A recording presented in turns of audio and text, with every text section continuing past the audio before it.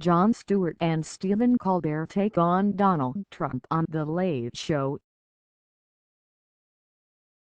A couple of months after he left The Late Show in May 2015, David Letterman appeared on stage in San Antonio as the guest of Steve Martin and Martin Short in their A Very Stupid Conversation with Music. "I retired and I had no regrets," he said. "None. I was happy. I was complacent. I was satisfied. I was content." And then a couple of days ago, Donald Trump said he was running for president. "I have made the biggest mistake of my life, ladies and gentlemen."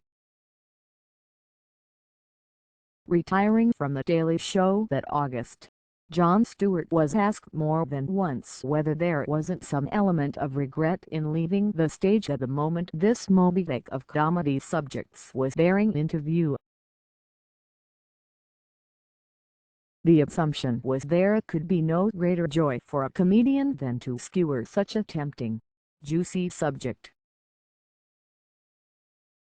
This May, on his podcast The Axe Files, former Obama advisor David Axelrod asked Stewart, "Do you wake up ever and say to yourself that this was some kind of big celestial joke on you that you announce your retirement from The Daily Show? And I see when you did. You said it didn't appear that there was going to be anything wildly different about this election year.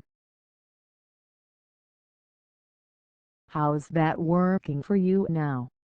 With Stephen Colbert, who moved into Letterman's seat in September, there was the question of whether in leaving the Colbert Report, and his conservative pundit ironic alter ego, he also was somehow abandoning his audience, shirking his duty to topical humor at a crucial moment in history. "One of the reasons I stopped the old show is that I had a sense where the country is," Colbert said on Face the Nation. "I think people don't really want constant divisiveness. I really don't think they want that. And that's what I was aping. And I thought, I can't really drink that cup anymore. 'Cause I don't think people really want to hear it." And yet here we are on the verge of Donald Trump being named the Republican Party's official candidate for the office of President of the United States. And not only is Colbert broadcasting live every night of the convention, here called the 2016 Republican National Convention starring Donald Trump as the Republican Party *** may contain traces of Republican, in order to comment on the day's proceedings and to be the very first one to announce the moment America becomes great again. But he corralled his old alter ego, and Stewart, his old Daily Show boss, to help him do it. There is a fine line between the ridiculous and the horrifying, and we need comics to walk it, for the sake of our own mental health.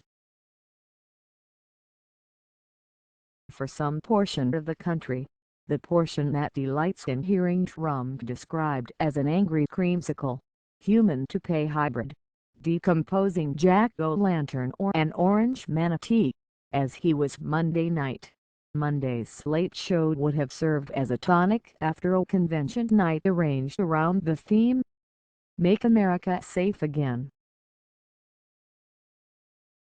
Save for Melania Trump's appearance, it was a program long, very long, on anger, grief, fear and aggression, another portion of the country finding the convention quite different, and quite to their liking, and Colbert, won't have watched at all.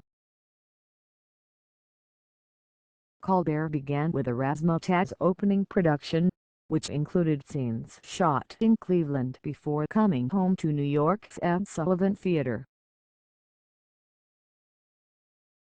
It might have been titled Christmas in July. It mixed patriotic themes with Santa hats, rhymed Lincoln with drinkin', and included the couplet about RNC Chairman Ryan's pre-booze huffing paint to ease the pain. A Trump-themed monologue, more whimsical than pointed, followed. Then to the teased and brooded main business. Flummoxed beyond comprehension by the impending Trump nomination, Colbert set off to find Stewart, living in a cabin in the woods, a nice piece of prop department handicraft. "I know that you and your beard are very busy these days," said Colbert, asking for his help. Stewart demurred. An elaborate build-up led to the news that Trump would be the candidate, followed by a spit-take, followed by Stewart's fetching the Colbert Report. "Colbert. Hello, friend," pundit Colbert told his unaltered ego. "I'm sorry I can't help you. John and I are very happy living off the grid, making jerky and canning our own urine for the end times." But informed that Trump was the nominee spit-take number 2, Colbert Report Stephen took the Late Show's stage, arriving in a chariot pulled by shirtless Uncle Sam's in flag-striped boxers, while women in Greek gowns strewed rose petals in his way. "Hello, nation," he began. "Did you miss me?" By the sound of the response, yes. To address the brave new world of American democracy, he brought out the old Colbert Report feature The Word, whose theme was Trumpiness, playing both sides of the question to an unambiguous end, as was that character's special power. He declared the Trump candidacy an emotional megaphone for voters full of rage at government that achieves nothing, adding, "If you don't share their feeling that you don't recognize your country anymore, trust me, if Trump wins, you will." Although it was fine to see Colbert Report Stephen back again, one assumes we have not seen the last of him this week, nor, Colbert teased, of Stewart. Even better was a tour of the convention hall Colbert conducted in the person of his current blue-wigged, stuffed weasel carrying hungry for power games character, Caesar Flickerman. "Welcome to the arena, citizens," he said, so grand it could almost hold Donald Trump's entire head.